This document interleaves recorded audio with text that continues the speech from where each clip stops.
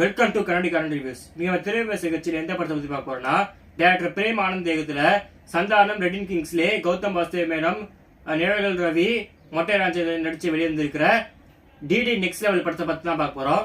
DD next level இந்த படத்தை கதையை பத்தி பார்த்தோம்னா, விமர்சனம் பண்றவங்க நான் பிடிச்சி சாவடிக்கிறதுக்குன்னு ஒரு பேய் இருக்கு. அதுக்கு விமர்சனம் பண்றவங்களே பிடிக்காது. குறிப்பா படத்தை கழுவி ஊத்துறவங்களே சுத்தமா பிடிக்காது. சந்தானமும் அந்த மாதிரி ஒருத்தராக தான் வாழ்ந்துட்டு இருப்பாரு. வரப்போற எல்லா படத்தையும் கழுவி ஊத்துற ஒரு யூடியூபரா இருப்பாரு. அவரை குடும்பத்தோட பிளான் பண்ணி அந்த பேய் கூப்பிட்டு அந்த படத்துக்குள்ள போட்டு அடைச்சி வச்சிருவோம். ஒரு படத்துக்குள்ள அந்த படத்துக்குள்ள அவர் எப்படி தப்பிச்சு வராடுறது அந்த படத்தோட கதை. ஸோ அந்த படத்தோட கதையை பத்தி பார்த்தாச்சு. இந்த படத்தோட பாசிட்டிவ்ஸ் நெகட்டிவ்ஸ் பத்தி பார்ப்போம். பாசிட்டிவ்ஸ் பாத்தீங்கன்னா டெஃபினட்டா மொட்டை ராஜன் அந்த படத்தோட பெரிய பாசிட்டிவிட்டியே. ஏன்னா அவர் பண்ண காமெடி தான் கொஞ்சம் குபீரின்னு சிரிக்கிற மாதிரி இருந்துச்சு. நெகட்டிவிட்டிஸ் பார்த்தீங்கன்னா மீதி எல்லாமே நெகட்டிவிட்டிஸ் தான் இந்த படத்துல. ஏன்னா வேற எதுவுமே நல்லா இல்லை.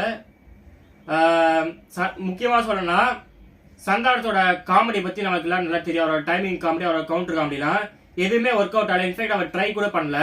மற்றவங்களாச்சும் ட்ரை பண்ணாங்க. நிழல்கள் சார்லாம் கொஞ்சம் ட்ரை பண்ணாரு காமெடி பண்றதுக்கு. ஆனா மொட்டை ராஜனுக்கு ஒர்க் அவுட் ஆகல. ஆனா சந்தான படத்தை சுத்தமா ட்ரையே பண்ணல. யாரும் கலாய்க்க கூட இல்லை. அவர் பாட்டுக்கும் ஒரு சாதாரண ஹீரோ மாதிரி நடிச்சுட்டு போயிட்டு இருக்காரு. ரெடின் கிங்ஸ்ல ஒன்றும் பண்ணல. லுலுசபா மரன் வராரு. அவரும் பெருசா காமெடி பண்ண மாதிரி தெரியல. இந்த படம் ஒரு பேய் படம், காமெடி பேய் அப்படின்னு சொல்றாங்க. திலுக் துடு 1 and 2 பாத்தீங்கன்னா அது ஃபுல் அண்ட் ஃபுல் காமெடியா இருந்தாலும் கூட பேய் கொஞ்சம் சீரியஸா தான் இருக்கும். கிளைமேக்ஸ் கொஞ்சம் சீரியஸா தான் எடுத்திருப்பாங்க. திலுக் துடு 3 இந்த டிடி ரிட்டர்ன்ஸ் அதை பத்தி பாத்தீங்கன்னா பேய் சீரியஸா இருக்காது, இருந்தாலும் காமெடி எல்லாம் ஒர்க் அவுட் ஆயிருக்கும். ஆனா இந்த படத்துல பேய் சீரியஸா இருக்காது, காமெடியாவும் இருக்காது படம். அதான் இந்த படத்தோட பெரிய மைனஸே.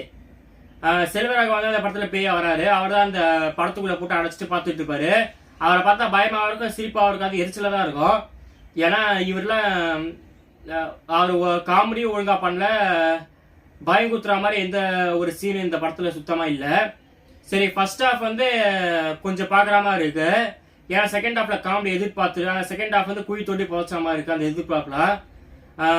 செகண்ட் ஹாஃப் எப்பதான் முடியும் இருக்கும். அவ்வளவு ஸ்லோவா ஓடிக்கிட்டே இருக்கும், இழுத்துனே போயிட்டு இருப்பாங்க. முக்கியமா அந்த படத்துல சந்தான காமெடி கூட ஒரு சைடு வைங்க. இந்த சந்தானத்து இந்த படத்துக்கு கூட கெட்டப் சரியா இல்லை, ஃபுல் ஷேப்ல லுக்ல வராரு. அவருக்கு இப்போ 40+ ஏஜ் ஆயிடுச்சு. இந்த டைம்ல ஃபுல் ஷேப்னா பார்க்க சரியில்லை. அவர் சின்ன வயசுல அழகா இருப்பாரு, நல்லா இருக்காரு பாக்குறதுக்கு. கிளீன் ஷேப்ல, ஆனா இல்ல கிளீன் ஷேப் நல்லாவே இல்லை. பேயை பார்த்து பயமா இருக்கிறத விட அவரோட அந்த லுக்கை பார்த்தா இன்னும் கொஞ்சம் பயமா இருந்துச்சு படத்துல.